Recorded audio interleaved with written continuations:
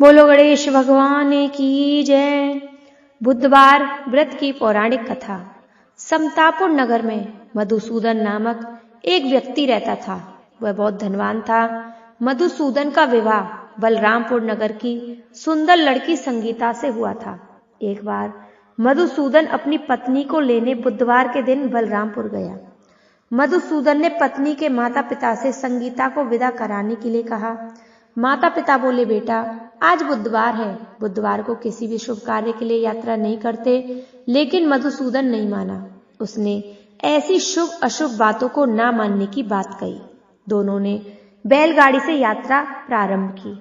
2 कोस की यात्रा के बाद उसकी गाड़ी का एक पहिया टूट गया।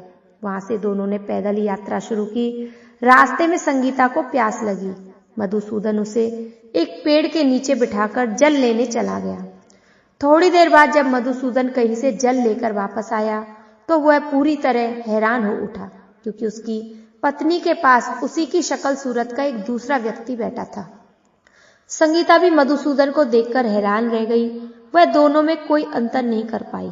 मधुसूदन ने उस व्यक्ति से पूछा, तुम कौन हो और मेरी पत्नी के पास क्यों बैठे हो?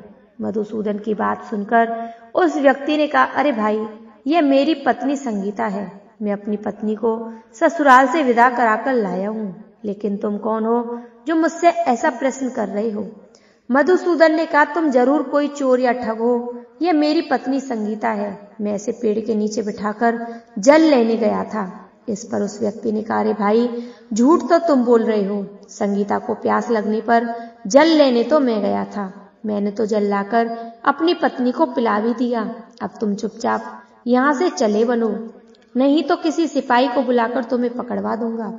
दोनों एक दूसरे से लड़ने लगे। उन्हें लड़ते देख बहुत से लोग वहां एकत्र हो गए। नगर के कुछ सिपाही भी वहां आ गए। सिपाही उन दोनों को पकड़कर राजा के पास ले गए। सारी कहानी सुनाकर राजा भी कोई निर्णय नहीं कर पाया। संगीता भी उन दोनों में से अपने वास्तविक पति को नहीं पहचान पा रही थी। राजा ने दोनों को कारागार में डाल देने के लिए कहा। राजा के फैसले पर असली मधुसूदन भयभीत हो उठा। तभी आकाशवाणी हुई, मधुसूदन, तूने संगीता के माता पिता की बात नहीं मानी और बुधवार के दिन अपनी ससुराल से प्रस्थान किया। यह सब भगवान बुद्धदेव के प्रकोप से हो रहा है।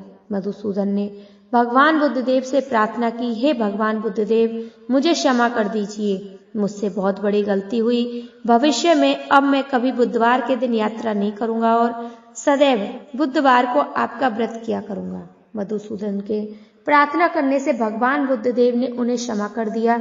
तभी दूसरा व्यक्ति राजा के सामने से गायब हो गया। राजा और दूसरे लोग इस चमत्कार को देख हैरान हो गए। भगवान बुद्धदेव की इस अनुकंपा से राजा ने मधुसूदन और उसकी पत्नी को सम्मान पूर्वक विदा कर दिया। कुछ दूर चलने पर रास्ते में उन्हें बैलगाड़ी मिल गई। बैलगाड़ी का टूटा हुआ पहिया भी जुड़ा था। दोनों उसमें बैठकर समतापुर की ओर चल दिए। मधुसूदन और उसकी पत्नी संगीता दोनों बुधवार को व्रत करते हुए आनंद पूर्वक जीवन यापन करने लगे। इस तरह भगवान बुद्धदेव की कृपा से उनके यहाँ खुशियां बरसने लगी। इस तरह जो स्त्री पुरुष विधिवत बुधवार का व्रत करके व्रत कथा सुनते हैं, भगवान बुद्धदेव उनके सभी कष्ट दूर करते हैं। बोलो बुद्धदेव भगवान की जय।